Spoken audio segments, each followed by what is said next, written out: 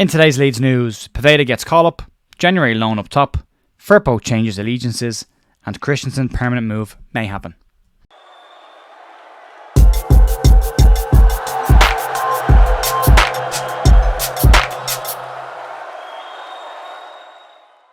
Hey folks, Joe here at The View on the 5th of December, Tuesday morning with your Leeds United news. Hope you're all having a really good week.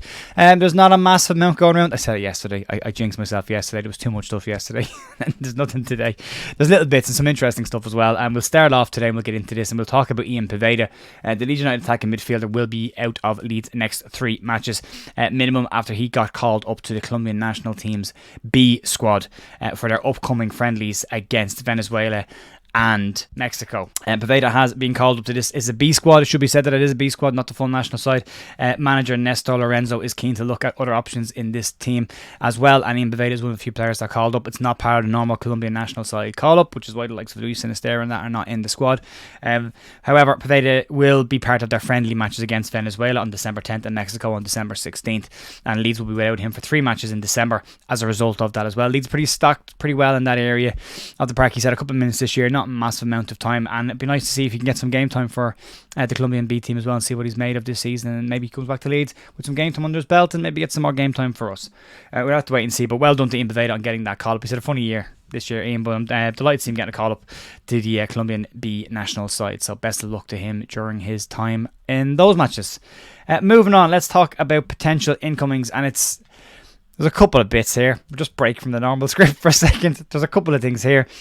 There's names starting to pop up that have always popped up over the last couple of years. Ryan Kent's been linked like 5-6 times already. I'm just deliberately not covering it because he's just gone to Fenerbahce and it's not working out for him there, and he's immediately linked with a move back to Leeds.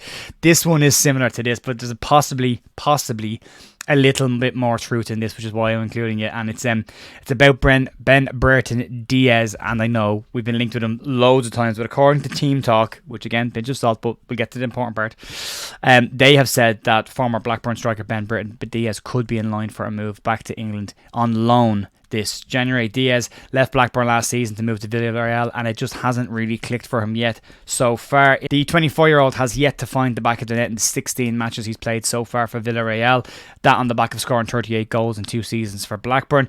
It's now said, according to this article, that Villarreal may sanction a loan move in January for the player to go and find some form, play more minutes, because it's just not working out particularly well. He was a free transfer for them anyway, so they're not losing any money on the player. Burnley, Palace, Southampton, West Brom and Leicester are said to be interested in the player as well. The interesting part of this is Ben Jacobs, who's very reliable. He has been speaking to Give Me Sport, and he's told them that moving for the Chilean attacker in January is, as he labelled it, one to watch. Now, Angus Kinnear has said previously at the Leeds United Supporters Trust panel as well that Leeds will be exploring the loan market this season. They feel they've got better options in the loan market and more value in the loan market this season. So that is a potential there. It is expected that Joe Gelhardt will go out on loan in January from Leeds. There's question marks around the future of Patrick Bamford at Leeds United, as you know, he's got plenty of time in his contract. He's not playing and not starting regular minutes for games, and he's not contributing a huge amount when he does play for Leeds. So there's a possibility that this coming in as a short-term move could give Leeds something to look at up until the end of the season before they make a decision on what they want to do there. But it would be an interesting one. If Ben Jacobs says keep an eye on it, I keep an eye on it. So we'll watch that and we'll see what happens over the next couple of weeks and months. I would imagine in the next 2-3 weeks we're going to start picking up a lot more rumours and see what happens. I would expect Leeds to try and get their business done early if they're going to do any business at all, and that's going to be the question if Daniel Farke feels he needs to. I think we all agree a left back's probably needed at this stage, and a number 10 is probably needed. The obvious ones, maybe another centre back, maybe. Moving on, let's talk about one of the existing players at Leeds United who has switched his national team allegiances, and that's Junior Firpo. Firpo has changed his national team allegiances from Spain back to the Dominican Republic, the country of his birth. The former Barcelona and Betis fullback did represent Spain at up to under 21 level as well, but has now said that he wants to play in the Olympic Games coming up, and that a move to the Dominican Republic national side would help him with this to get to Paris next year. Firpo did say that Marcelo Nevelev has come to visit me in England 3 times in 5 months. There is a total involvement on their part. They have shown me that they want this to go. He Also pointed out about the World Cup as well, because the next World Cup is in America.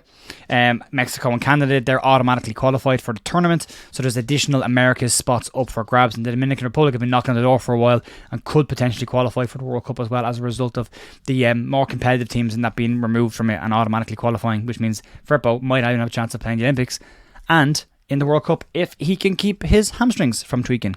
That'll be the big challenge for him, is to get fit, get playing regularly in order to get called up to those squads, because if you're sitting on the bench with injuries, you're still not going to get called up. So needs to sort that part out, but we'll see what happens there as well. But he's changed his allegiances back to the country of his birth, despite playing for Spain up to under 21 level as well. So there you go. And then finally today, a short one, because there's nothing to talk about really. Rasmus Kristensen. We're talking about all the popular players today. Kristensen's permanent move to Roma, which just looked like it just wasn't going to happen based on how his relationship with Jose Mourinho was going and how his performances were going, may have turned a corner. Rasmus Kristensen has had a very odd time over there. He has been substituted at halftime 3 separate times. He's been dropped out of the squad for Europe due to fair play reasons. Not him, the squad. He's also had matches where he's been on the bench completely, hasn't been an unused sub, and out of the squad at times this year as well. That may be starting to turn around after his appearance late on against Sassuolo at the weekend, when Rasmus Kristensen scored the winner to give them a 2-1 win. Roma were down to 10 men in that game as well when Kristensen came on, and he did clock up the winner for them to give them a 2-1 away victory. Mourinho applauded Kristensen's work rate after the game and has labelled him a team player. Corella Dea Sport have also said that they believe that Mourinho likes Rasmus Kristensen because he speaks little and works a lot. Corella Dea Sport also went on in the article to say that it was pointed out to them that when he did get the call to tell him that he wasn't going to be part of the Europa League squad, that instead of sulking, getting on the phone to his agent and complaining, he's decided to up his training regime and work harder to try and get back into the manager's favours. He's back into favours, kind of, at the moment. And we'll have to see how that goes for him, but there is a potential now that his loan move at the end of the season could be made permanent. The fee would be the question mark. Leeds pay £10 million for the player, which was seen as a free hit in terms of Premier League money, but slightly different now. Leeds in the Championship. If Leeds don't go up, obviously the loan clause stays in place and he can stay around for a second season on loan. But if Leeds do go up, there'll be a decision to be made around whether he goes back to Leeds or stays at Rome. The player himself is said to be keen to stay at Rome if he can. But a couple of weeks ago he also said he was ready to come back to Leeds, and that was always part of his plan. So, there's a lot of stories floating around. A lot of them are probably just tongue-in-cheek. Some of them are just taken out of context as well. So everything should be taken with a pinch of salt, especially this time of the year. Everything should be taken with a pinch of salt and a little bit of cynicism. And then finally today, just to say happy birthday to one of my favourite players that wear a Leeds United shirt, Lee Chapman. I'm 6'4" and played as a striker, so growing up as a kid, Lee Chapman was a very tall striker, was very good in the air, and I watched an awful lot of his football, and I really enjoyed watching Lee Chapman an awful lot. So happy birthday to Lee Chapman. Have a great day for him as well. That's going to be it for me today, folks. That's all the news. Yesterday's news is still available if you want to check that out, and the podcast from the weekend is there. We covered the review for the Leeds United game against Borough. Have a great day, and I will talk to you tomorrow for more Leeds news. See you then. Bye.